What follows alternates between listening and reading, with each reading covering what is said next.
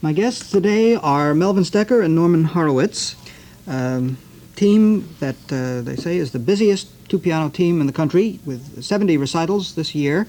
Although that doesn't seem so much, because I noticed that when you began your career at Radio City, you played 84 times within a couple of weeks. So, well, the 84 kind of sloughing off now, huh? The 84 performances were in 3 weeks, but we did 4 performances a day. Mm-hmm. But 70 recitals means 70 different cities throughout the United States and Canada. Mm-hmm. And each performance at Radio City is 10 minutes. I see. Now, when you do travel around, I gather you travel with your own pianos. Yes, we have a truck, a driver, and 2 pianos. We have a driver actually now. For the first 5 years of our career, we did drive the truck ourselves. Mm-hmm. So we're truck drivers and duo pianists. I see.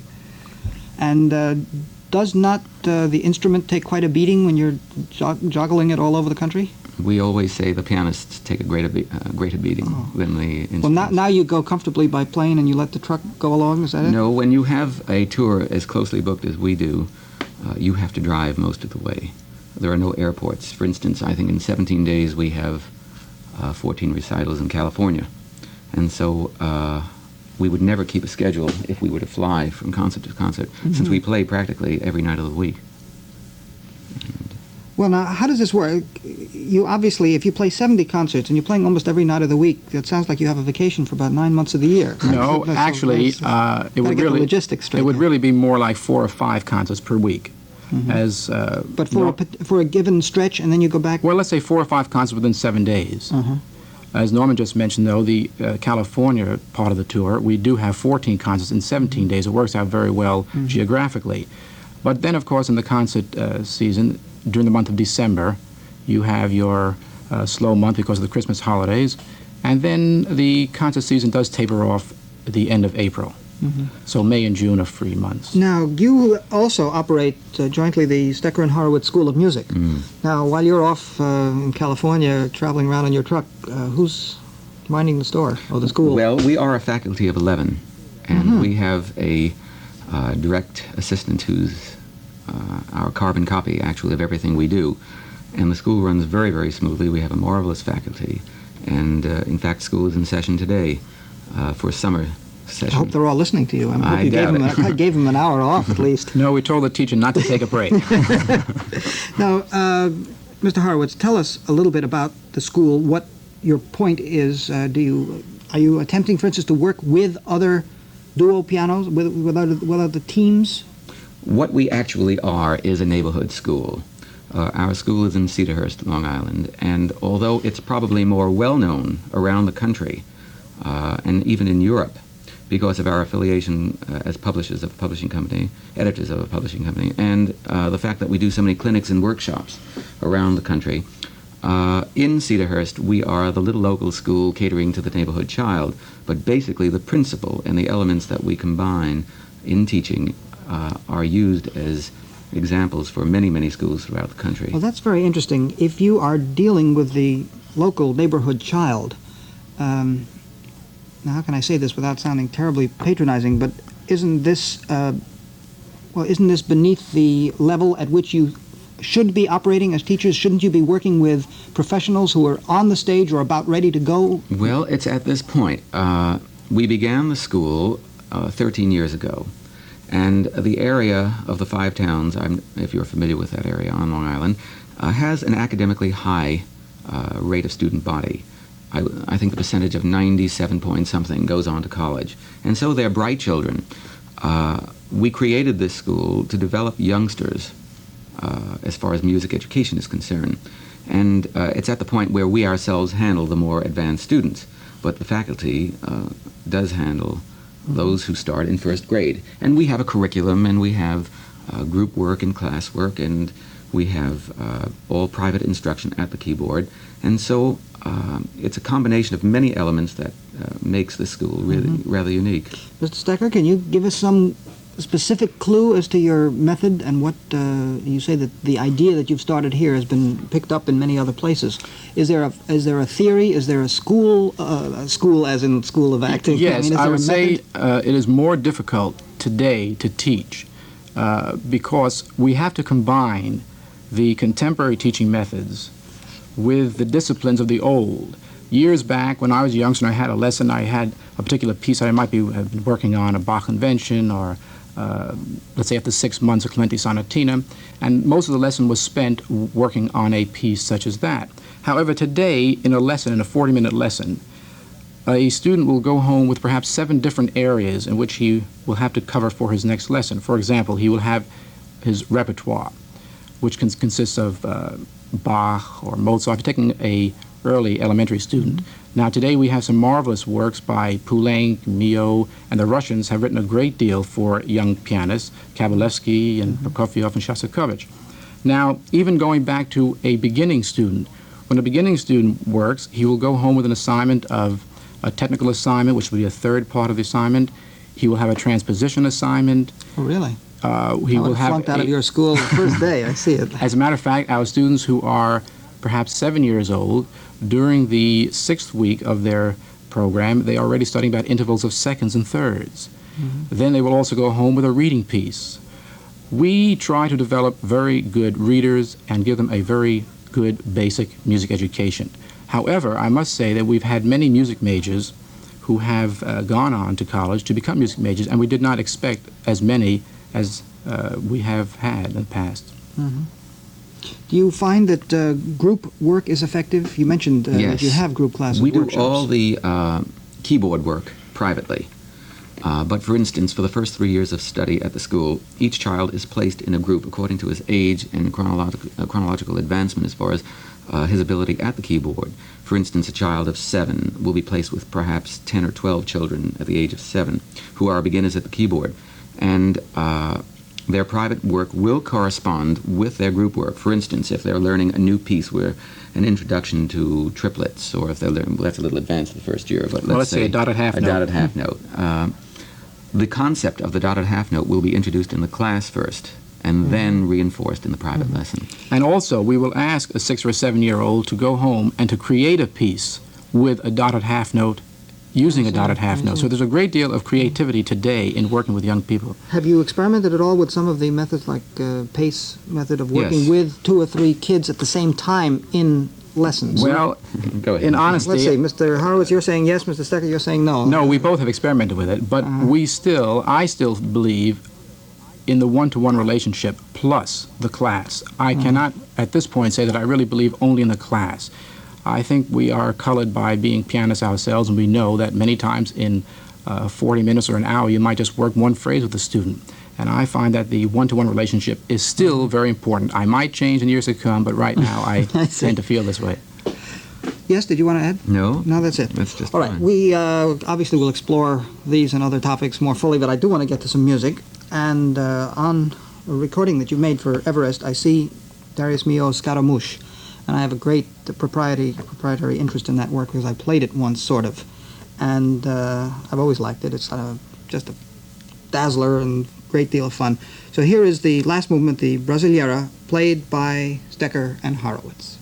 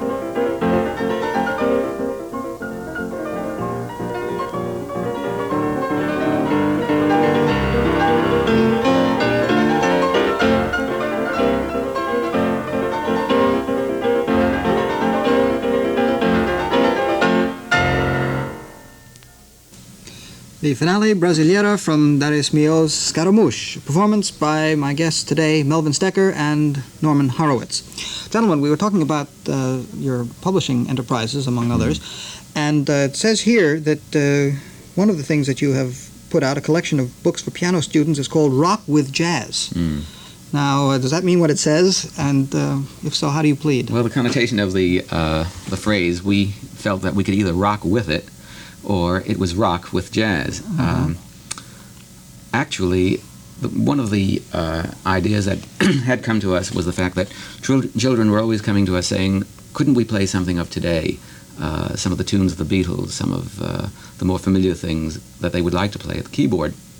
And there is really not anything available that has been edited correctly, that has the sort of concept of music publication that, let's say, an early work of Haydn or an elementary piece of Bach might be, where a good semblance of fingering and phrasing and an identification with early learning.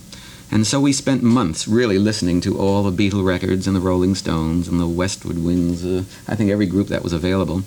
And we started creating sounds that we thought we could identify. It's very difficult to put a sound of one piano against an electronic gimmick with 5 instruments and all the souped-up noise that comes through the present-day records.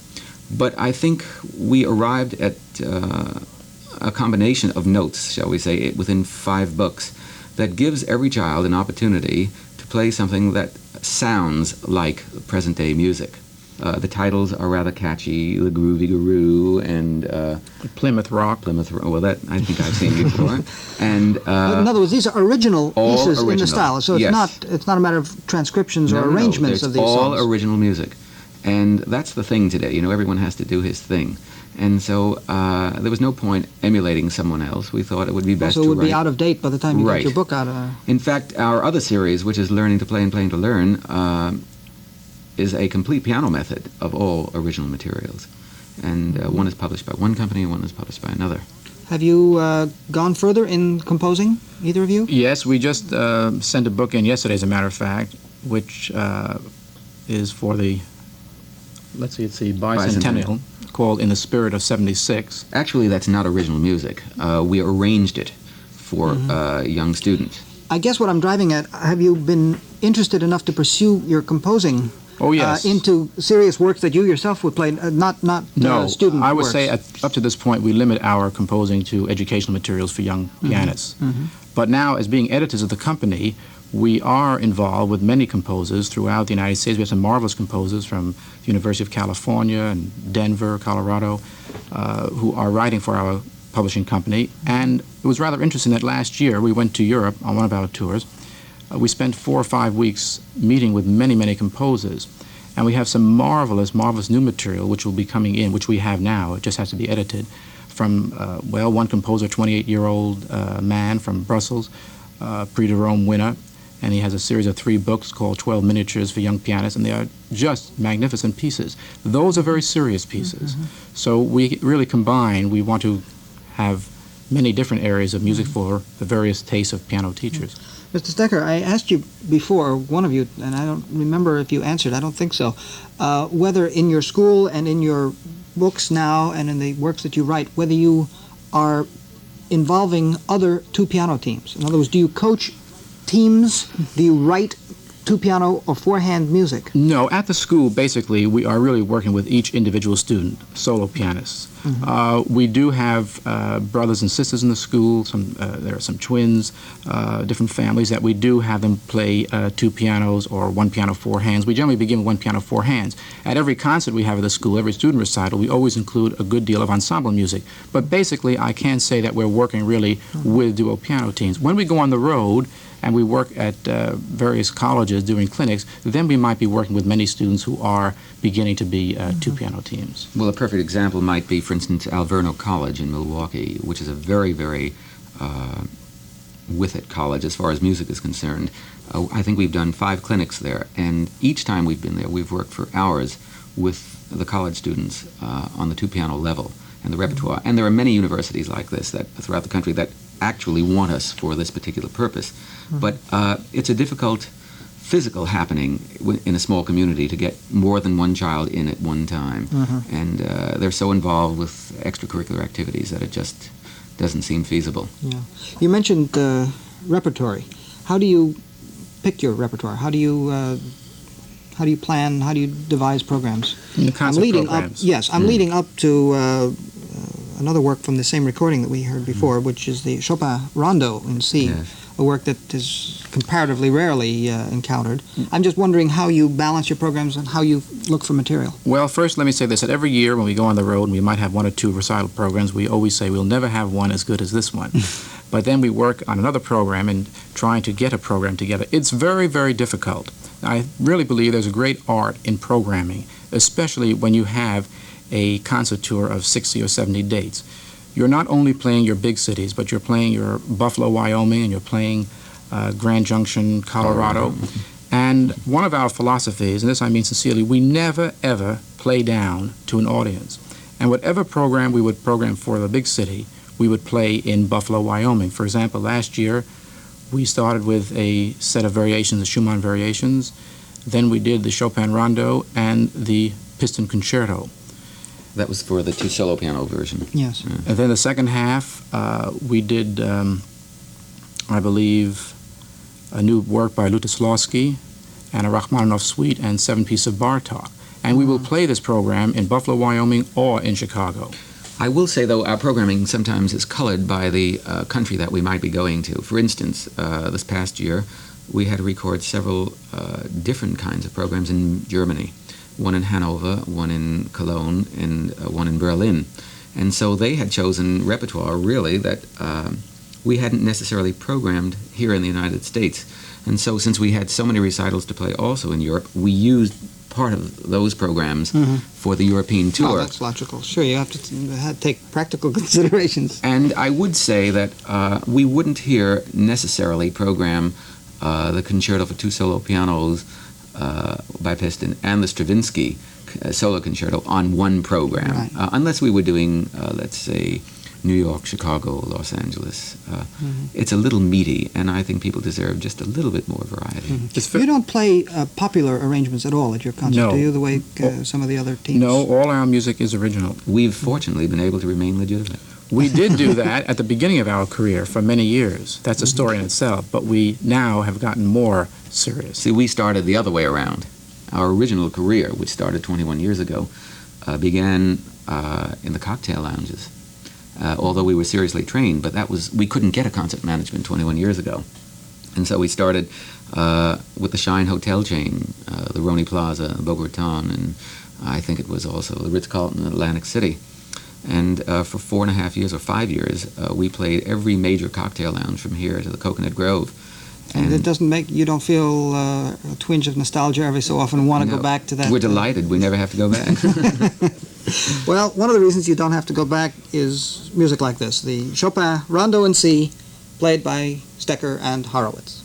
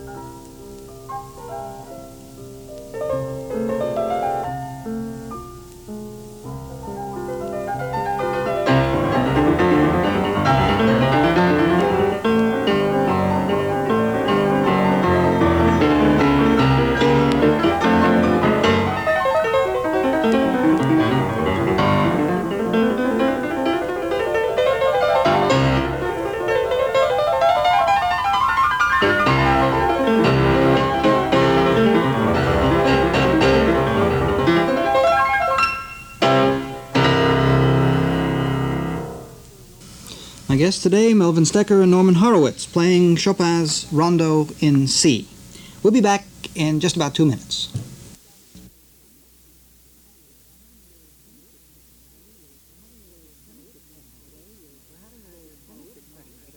We're having a pianistic session today with Stecher and Horowitz, Melvin Stecher and Norman Horowitz, to be precise. And, gentlemen, we had a call, I don't know, during the first half of the program at some point, call from Augustus Perry of the Piano Teachers Association of New York. And he says, what do you do with students who are reluctant to practice five-finger exercises? Now, you mentioned something about new methods but old-fashioned discipline. So what do? Take out the stick or what? Well, I Mr. think Horowitz. there's a combination of give and take. I think if you give a child a little bit of sweet, he'll give you a little bit of something too. And I don't think... Yeah, but what if he doesn't want to do the exercises? Well, we handle 200 children a week. And you will always find a reluctant child, but that child will be reluctant in anything you ask him to do. Most children will do what you ask of them. Of course, if this child is so opposed to doing finger technique or some kind of exercises, then why must he at this point? Then give him something that will at least keep him with music and keep him happy until perhaps he has a little bit more mental discipline and inner support to keep his fingers going. Not everyone is going to be a pianist, and God knows the managements don't need any more. If he were a male student, I would suggest he relates it to baseball and show him how athletes have to work out to become better athletes. And I think many times with younger male students, this helps a great deal. But isn't there something in what you said, Mr. Horowitz, that rather than making him play a certain type of exercise, to find a piece that incorporates some of That's the same correct. technical problems Yes. within it? And this is really one of the fundamental schools of teaching. I know in my early stages of studying, several of the teachers that I had worked with never worked technique. They always extracted exercises, let's say, from the Chopin etudes or from some of the major works that I was studying at the time. And not only did my technique improve, but the pieces got better too. And so there are many schools of thought. I think you once quoted something, Melvin, at a workshop which said about Czerny, and I think you quoted a book, do you remember, about, if I might quote from this book of Abby Whiteside? Well, actually, there were two schools. And I'm not an Abby Whiteside disciple, but I remember we quoted it once at a workshop. Well, actually, there are two schools of thought. Abby Whiteside feels that Hanon and Czerny is a complete waste of time, and scale practicing is a waste of time. And yet, on the other side of the table, many, many pianists think Hanon, Czerny, and scale practicing is very, very important. And you? For yourself? For myself, I would say that basically I developed most of my technique from working on Chopin etudes, bigger works, as opposed to the Hanon and Czerny. I did a certain amount of that, but not as much as through the pieces themselves. In the formative stages, all our students do scales, all of them. There isn't a student who gets away with it. In fact, we have at our school 2 scale examinations, which we don't call examinations, but we test every child in that school twice a year. And from the earliest stage up, one child might have 4 scales and the relative minors, 1 octave, hands together. And we go up through our senior group, which must do all scales, major and minor, 4 octaves up to tempo, to the metronome. But there again, in answer to the question, if we do have a student who absolutely refuses to work on the scales, we will adjust the program. You have to be very flexible with young people. Again, I wish in a way that we could spend a great deal more time talking about these student methods. I'm sure it's of great interest to anybody who either is studying or has a kid who's studying or any combination thereof. Yes. But you brought a recording in to us, a tape, which was made in Germany, which will be released on disc there. We have it, therefore, as a preview here, and I do want to get to it. It's the Mendelssohn Concerto in A-flat for 2 pianos and orchestra. We're going to hear the finale, and Mr. Horowitz, tell us very quickly, in about 1 minute or less, why your performance of the third movement takes at least twice as long as anybody else's that we've had in captivity here. Well, the orchestral version is the original one. There are no cuts, as there are on the ones that have been released here in America. Also, we don't make any piano cuts either. We play it exactly as Mendelssohn wrote it. We play also the fugue the first time, and then when it's inverted later on, we keep the inverted fugue in as well.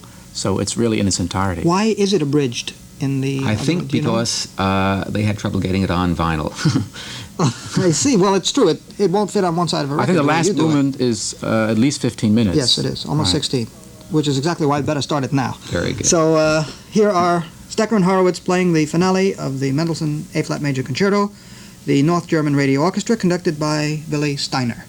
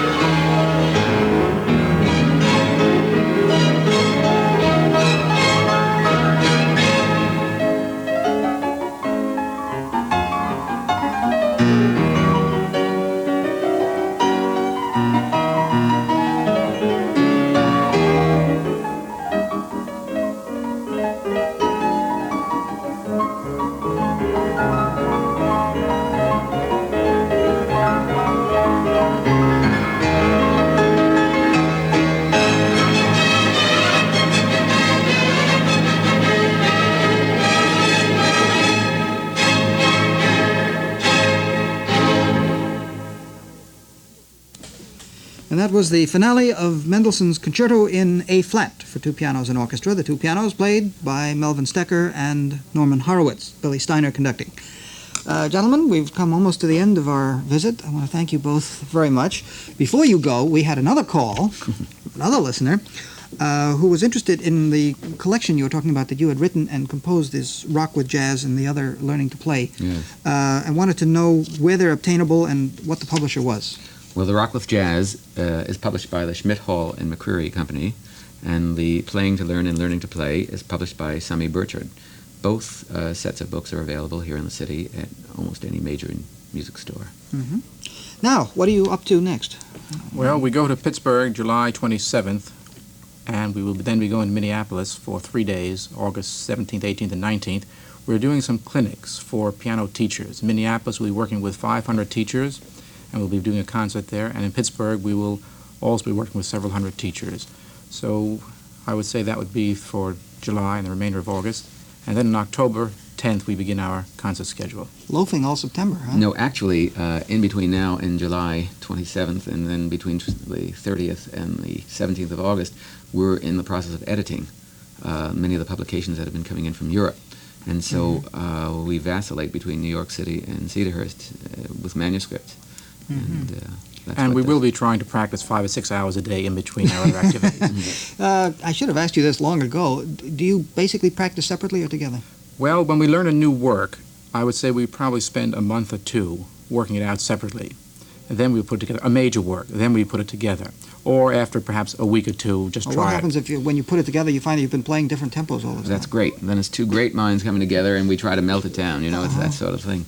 But I think it really affords us the opportunity of having more individual interpretation. And then it's the final analysis, which is really the combination of the two. And we never, if we can avoid it, listen to recordings until we learn the work. You mean other people's yes. performances? Yes, we sort of like to have our own concept of what's doing on that printed page first.